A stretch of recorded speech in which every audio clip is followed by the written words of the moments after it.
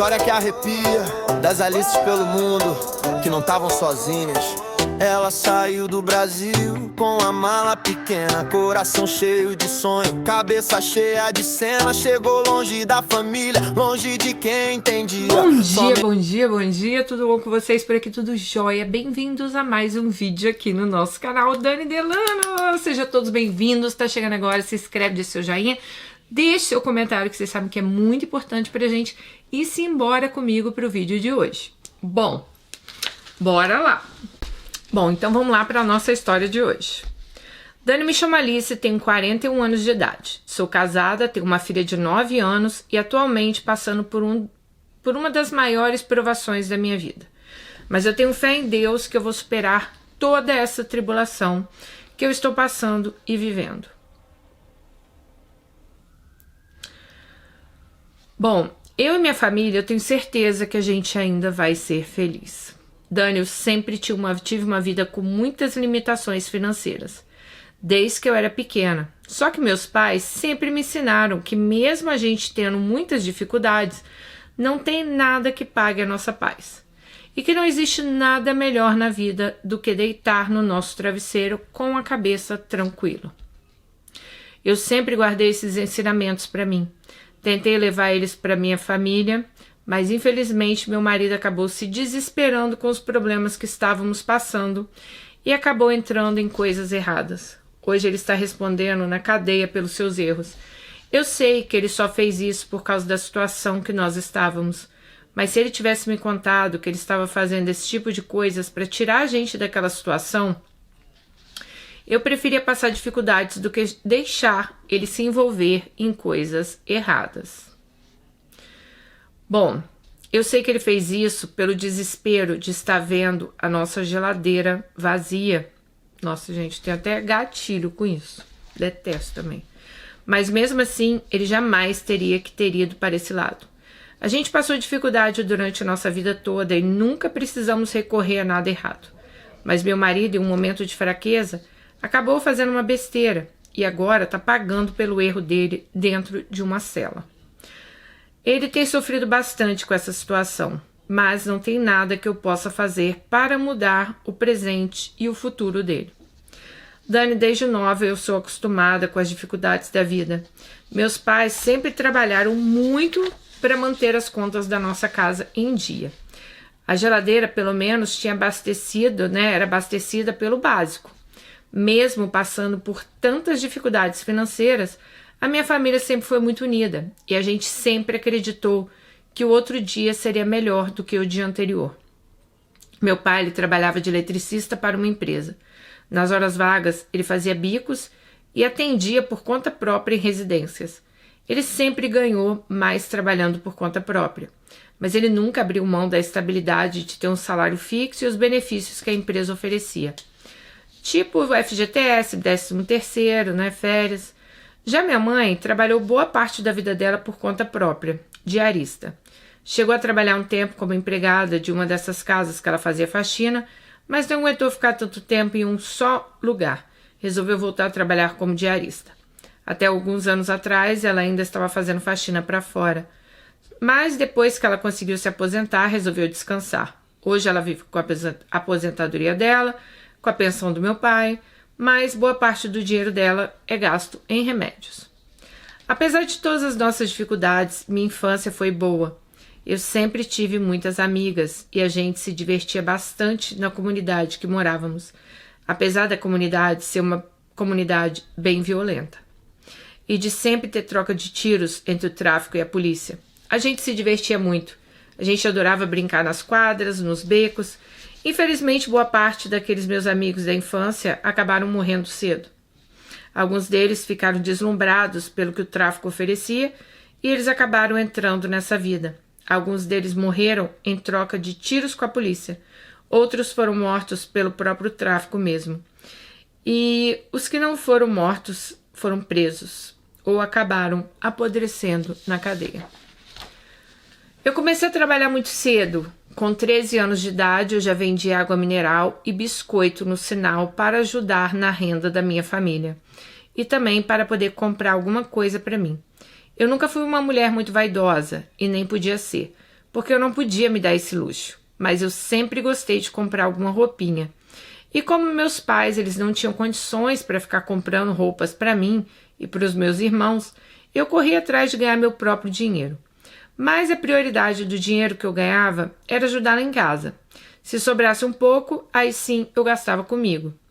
Mas mesmo trabalhando cedo, eu não abandonei meus estudos. Eu ia para a escola de manhã cedo, voltava para casa, almoçava, pegava minha bicicleta, amarrava minha caixa de isopor na garupa e ia vender água nos sinais na rodovia que ficava perto aqui de casa.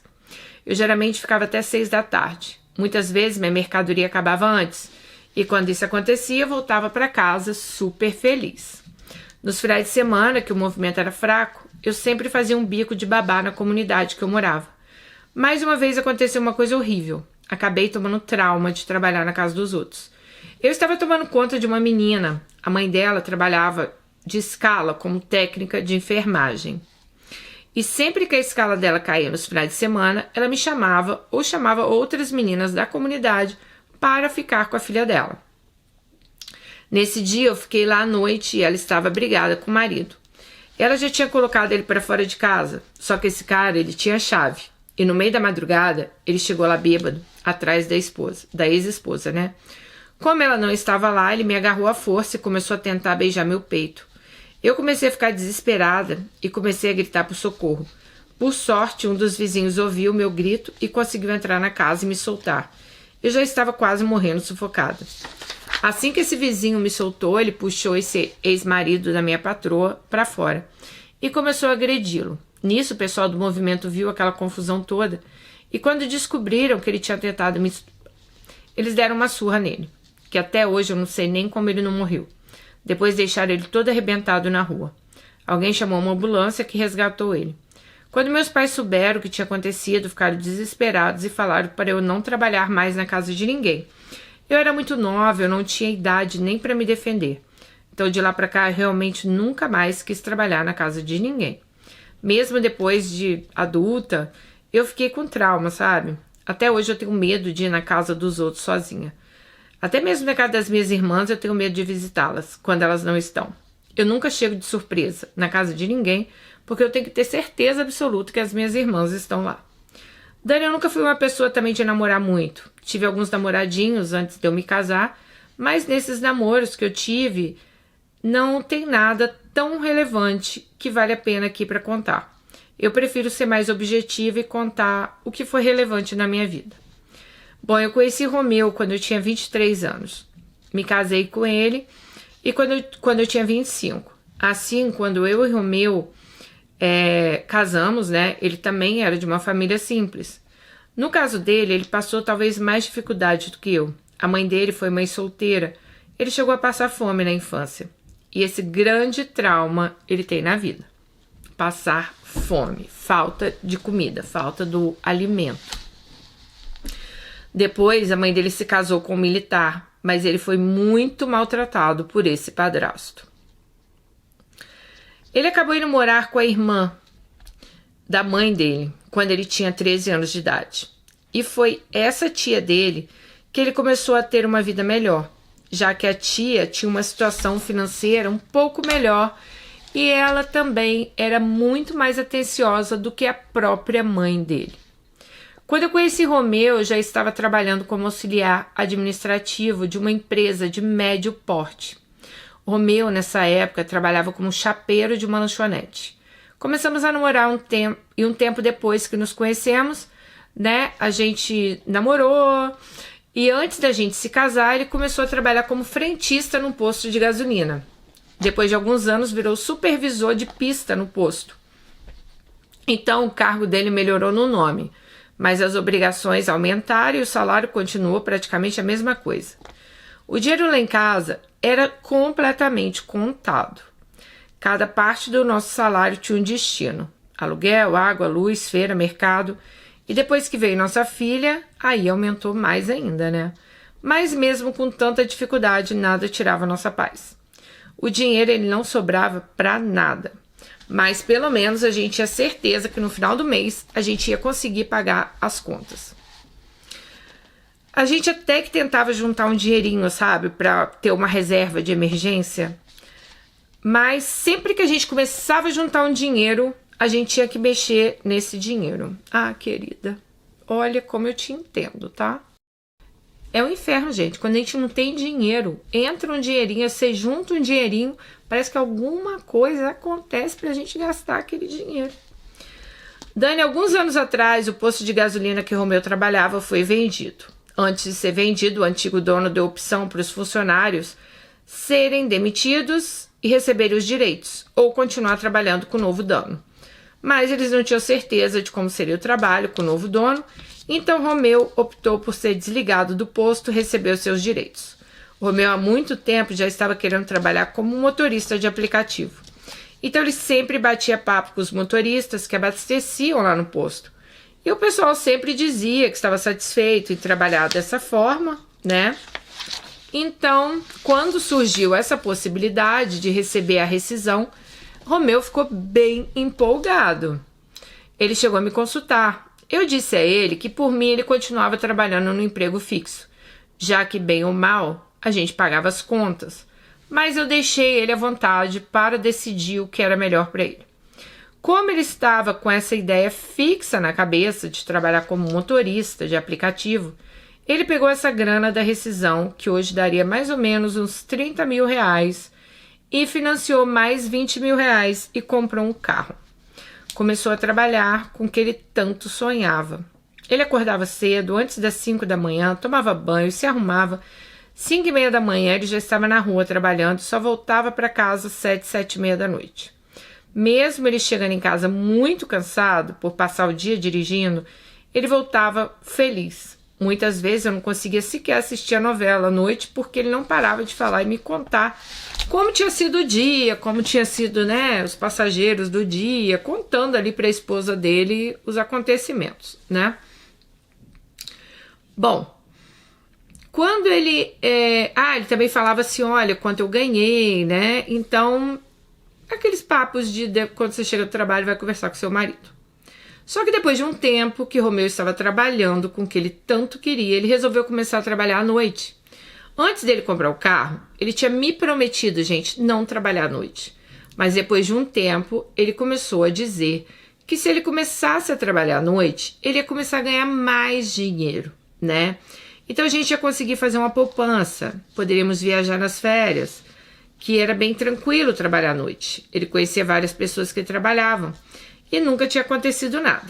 Então, de tanto ele falar isso no meu ouvido e ficar ali dando exemplos positivos, né, para ela, ele acabou convencendo a deixar a Alice deixar ele trabalhar à noite. Ele então, Dani, começou a trabalhar à noite, mas parecia que eu estava adivinhando que algo iria acontecer. Todas as noites que ele saía para trabalhar, eu sentia uma sensação de aperto no meu peito. Eu sempre comentava isso com ele. E ele dizia que eu estava impressionada, que era para eu ficar tranquila, que estava tudo bem, sob controle. Meses depois que ele começou a trabalhar à noite, o pior aconteceu. Ele estava na porta de uma boate e 2 rapazes perguntaram se ele podia fazer uma corrida. Meu marido então falou que era para eles pedirem pelo aplicativo. Eles alegaram que estavam sem bateria. Eles então combinaram o valor e pagaram a Romeu adiantado. Só que quando chegou na metade da corrida, um deles colocou uma faca no pescoço de Romeu e mandou Romeu seguir para uma estrada deserta. Quando chegaram nessa estrada, eles tomaram o celular de Romeu e largaram ele no meio de um matagal. 3 horas da manhã. Foram embora com o carro. Romeu teve que caminhar 3 quilômetros até conseguir pedir ajuda. Um caminhoneiro passou e deixou ele perto de uma delegacia. Nessa mesma delegacia, Romeu deu queixa e depois foi para casa. Quando ele chegou em casa, ele estava arrasado. Eu nunca tinha visto meu marido chorar na minha frente. Ele teve uma crise de choro, contou o que tinha acontecido e eu fiquei ainda mais desesperada. Dias depois, o carro foi localizado completamente destruído. Os bandidos, não sei se eram os mesmos que tinham roubado o carro, bateram com o carro numa perseguição e arrebentaram o carro todo. Como a gente não tinha seguro, era mais barato comprar um carro novo do que consertar. Mas o problema é que além da gente não ter condições de comprar outro, a gente ainda tinha várias parcelas do financiamento para pagar. Gente, eu sei que é difícil, as coisas são difíceis, mas se você tem um carro principalmente no Brasil, onde, né, um carro é artigo de luxo, é coisa cara. Façam seguro. Não tem como você ter carro no Brasil sem seguro. Não tem. Eu tô falando isso para as pessoas que vão ter carro, né, que vão comprar. Não tem, gente. É muito louco isso. Dani, depois desse ocorrido, Romeu passou um tempo desorientado, sem saber o que ele ia fazer da vida. Dava dó de olhar para o meu marido. O semblante dele era sempre de tristeza. E aquilo partia meu coração. Tadinho. Até que ele resolveu procurar um cara que alugava carros para motoristas de aplicativo. Resolveu alugar um carro com esse cara, mesmo sabendo que o lucro seria menor, já que ele ia ter que pagar o aluguel do carro. E o aluguel não era barato. Além disso, tinha o custo da gasolina, que era por conta dele. Mesmo assim, ele resolveu tentar. Só que eu via na cara dele que não estava valendo a pena. Enquanto antes ele chegava em casa empolgado, cheio de histórias, agora ele chegava desolado, dizendo que ele tinha feito naqueles dias mal ia pagar as despesas. E olha que ele trabalhava quase 15 horas por dia. Quando eu vi Romeu daquele jeito e sem dinheiro para pagar as contas, eu falava com ele para procurar um emprego fixo, que daquele jeito não ia dar certo. Ele sempre pedia para eu esperar mais um pouco, que as coisas iam melhorar, que ele estava gostando de trabalhar por conta própria, que ele não queria ser mais empregado de ninguém. Muitas vezes a gente chegava a discutir por isso, já que eu colocava uma pressão enorme nele para procurar um emprego fixo, né? Eu até entendi os argumentos de Romeu. Quase ninguém gosta de trabalhar para os outros, mas eu não aceitava, porque as nossas contas não batiam. As contas eram cada vez maiores lá em casa e estava virando uma bola de neve. A gente sempre estava com várias contas atrasadas. A gente cobria um santo e descobria o outro. De repente, depois de algum tempo, Romeu começou a ganhar um bom dinheiro com esse carro alugado. Começou a pagar as contas atrasadas, começou a me dar um dinheiro maior para fazer mercado, né, a feira. E eu questionava de onde estava vindo esse dinheiro. Ele dizia que a semana tinha sido ótima, que ele tinha pego várias corridas, né? E que, enfim, ele estava conseguindo ganhar um bom dinheiro, que ele tinha esperanças, que em pouco tempo ele ia conseguir juntar um dinheiro para comprar o carro próprio dele novamente. Eu estava achando aquilo um pouco estranho, mas como eu e Romeu, a gente sempre teve uma relação assim de cumplicidade um com o outro, eu jamais imaginei que ele podia estar mentindo para mim. Como ele trabalhava muito, eu realmente achava que ele tinha ganhado dinheiro honesto. Só que a verdade veio à tona meses depois. Eu estava no meu trabalho e recebi uma ligação da delegacia. Falava que Romeu estava querendo falar comigo. A primeira coisa que me veio na cabeça é que Romeu tinha sido assaltado novamente. Eu entrei em desespero. Porém, quando passaram o telefone para ele, a primeira palavra que ele disse foi desculpa.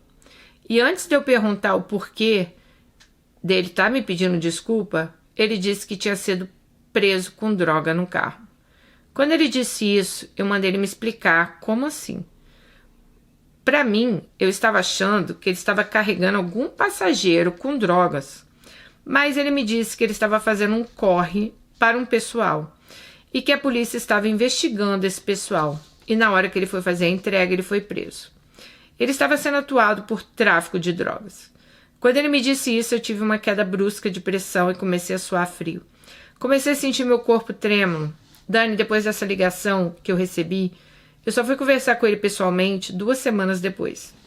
A única pessoa que tinha acesso a ele era o primo dele, que era advogado. Quando eu liguei para ele e contei... quando ela ligou para o primo e contou o que tinha acontecido com o Romeu, ele ficou bem surpreso, já que o Romeu sempre foi um homem muito honesto e trabalhador. E na mesma hora, esse primo dele se descolou, né, se colocou ali à disposição para ajudá-lo. No primeiro atendimento que ele fez no presídio, ele me disse que Romeu estava arrasado e estava sentindo muita vergonha e que eu poderia decidir o que eu ia fazer da minha vida. Se eu quisesse, eu nem precisava ir visitá-lo. E que se eu quisesse me separar, ele concordava. Mas que era para o primo dele falar comigo, que ele me amava, que ele tinha aceitado fazer isso por conta das nossas contas. A gente não estava conseguindo pagar. Então, ele não tinha noção que ele tinha pisado assim tão feio na bola. Dani, dias depois, eu fiz meu cadastro para visitá-lo no presídio. Quando fui autorizada, conheci um mundo que eu jamais imaginei conhecer na minha vida. Passei humilhação que eu jamais imaginei passar. Na minha primeira visita, eu fiquei horrorizada com a revista. Cheguei a chorar de tanta humilhação que a gente passa.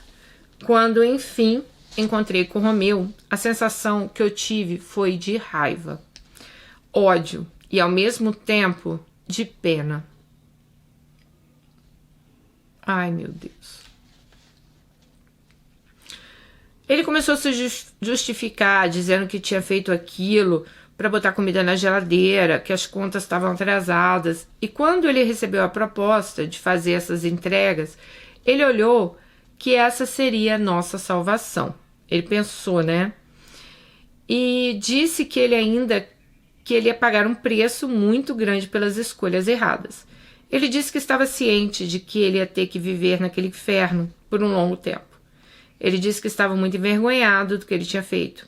Quando ele aceitou a proposta dos caras, ele imaginava que só iria fazer aquilo uma única vez, mas o dinheiro fácil acabou seduzindo ele. Dani, o julgamento de Romeu está marcado para março. O primo dele disse que as chances dele não ser condenado são mínimas. Mas ele é réu primário, tem residência fixa e sempre trabalhou na vida. Talvez isso possa pesar a favor dele, para que a pena não seja tão alta, né? Mas, de qualquer forma, ele vai passar um bom tempo preso. Eu sei que meu marido errou muito. Eu jamais iria aceitar uma coisa dessas. Se ele tivesse me contado, mesmo que a gente estivesse passando fome, que não era o caso, né? Eu nunca deixaria ele fazer isso. Eu decidi, Dani, que eu não vou abandoná-lo nesse pior momento da vida dele. Todos os sábados de manhã deixo minha filha com a minha mãe e vou visitar Romeu no presídio. Todas as visitas eu passo por todas as humilhações novamente, da revista. Todas as vezes que eu vou lá eu sinto uma vergonha. Eu não sei nem descrever. Quando ela tá na porta do presídio, ela tem vergonha. Óbvio, né, gente? Mas se eu tiver que passar por essa humilhação centenas de vezes, vou ter que passar, porque eu sei que ele fez essa loucura tentando proporcionar uma condição melhor para nossa família. Resolvi escrever minha história no canal porque eu gosto muito de você, gosto muito dos seus conselhos e também para que eu possa alertar as Alices que passam pelo mesmo tipo de dificuldade financeira que eu. Desconfiem quando aparecer um dinheiro extra na casa de vocês. Eu sei que muitas vezes nossos maridos fazem loucuras com o intuito de ajudar, mas eu sou testemunha, Dani, que isso não vale a pena. Atualmente sou sozinha para pagar todas as contas lá de casa. Minha filha ainda não sabe o que aconteceu com o pai. Ela acha que o pai está trabalhando em outro país. Só que mais cedo ou mais tarde eu vou ter que contar, né? Eu não vou conseguir esconder isso para sempre. Quero segurar o máximo possível, pois quero evitar que ela sinta vergonha. Eu vejo que depois da prisão de Romeu as pessoas me olham de outro jeito. E não tem como ser diferente. Hoje eu me tornei uma mulher de um presidiário. Isso não é fácil. Mas se você estivesse no meu lugar, Dani, você largaria seu marido, mesmo tendo certeza que ele não é nenhum bandido e que só fez essa besteira enorme porque ele estava pensando na família dele? Enquanto eu tiver saúde, eu não vou abandoná-lo. E vocês? Quero que vocês falem. Vocês abandonariam o marido de vocês por um erro? Termina aqui minha história. Com certeza, dias melhores pela frente virão. Alice, eu sinto muito pelo que aconteceu com você, né? Com seu marido. Bom, vou falar um pouco pra você de algumas coisas. Eu conheço muito esse desespero que você passou. Eu já falei várias vezes no canal, isso não é, como é que fala?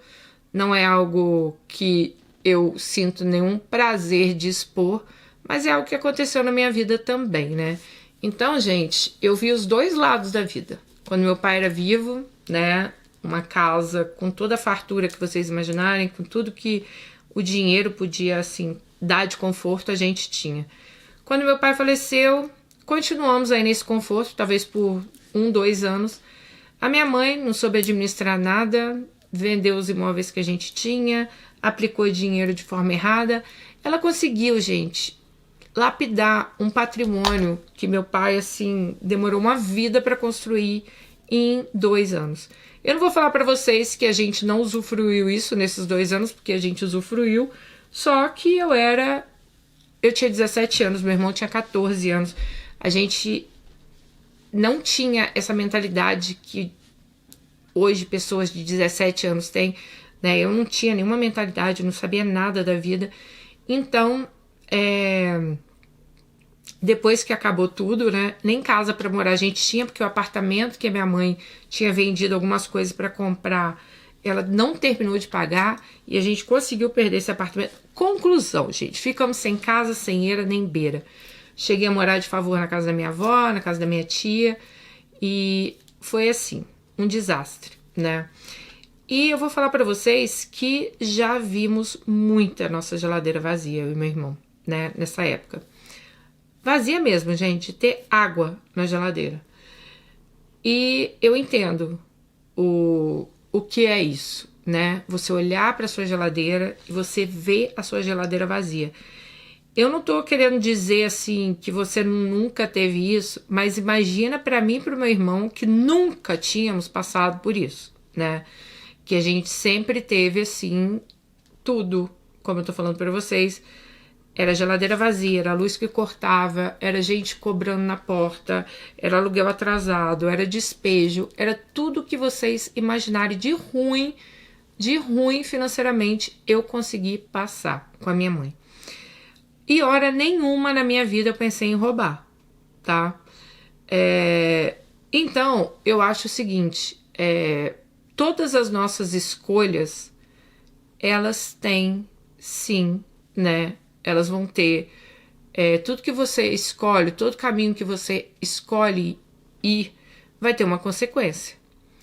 O seu marido, ele poderia ali ter pego um emprego fixo, ele poderia ter feito vários outros caminhos, mas ele escolheu o caminho mais fácil, talvez, que ele tenha. Eu não vou falar que é mais fácil, porque se envolver com bandido não deve ser fácil, mas ele fez a escolha dele ali.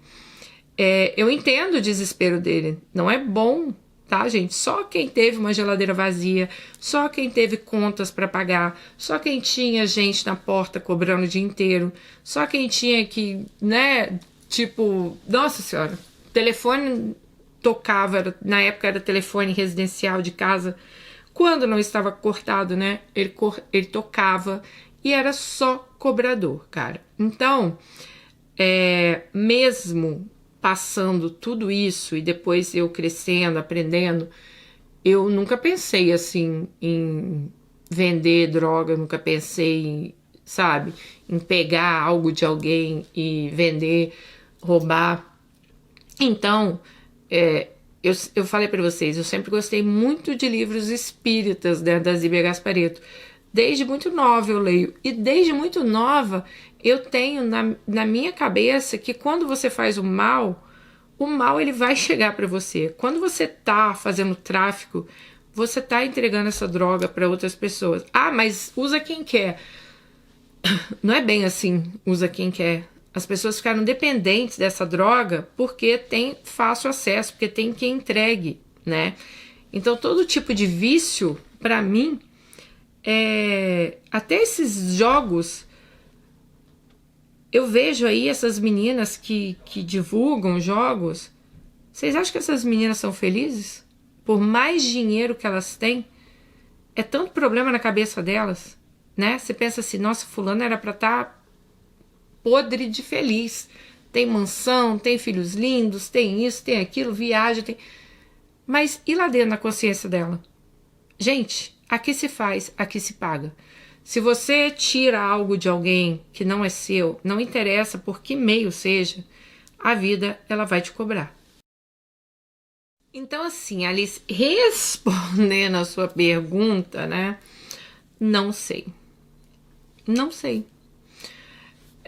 Eu falo pra vocês, né? Coisas que eu nunca passei é muito difícil pra eu responder. Nossa, Dani, mas você não perdoaria seu marido se ele fizesse isso? Não sei.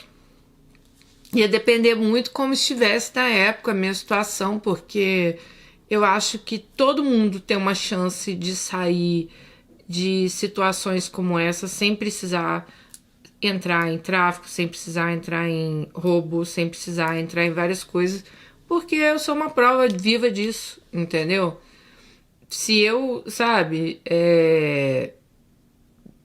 eu sempre, né, eu fiz por mim, eu sobrevivi, eu fui atrás de coisas pra mim sem precisar tirar nada de ninguém, à força, assim, né, sem precisar entregar drogas pra ninguém. Então, assim, eu tenho um pouco de trauma disso. Vocês sabem, meu irmão já contou a história dele no canal. Meu irmão foi usuário de drogas. Eu conheci traficantes. Eu já fui em morro pegar meu irmão.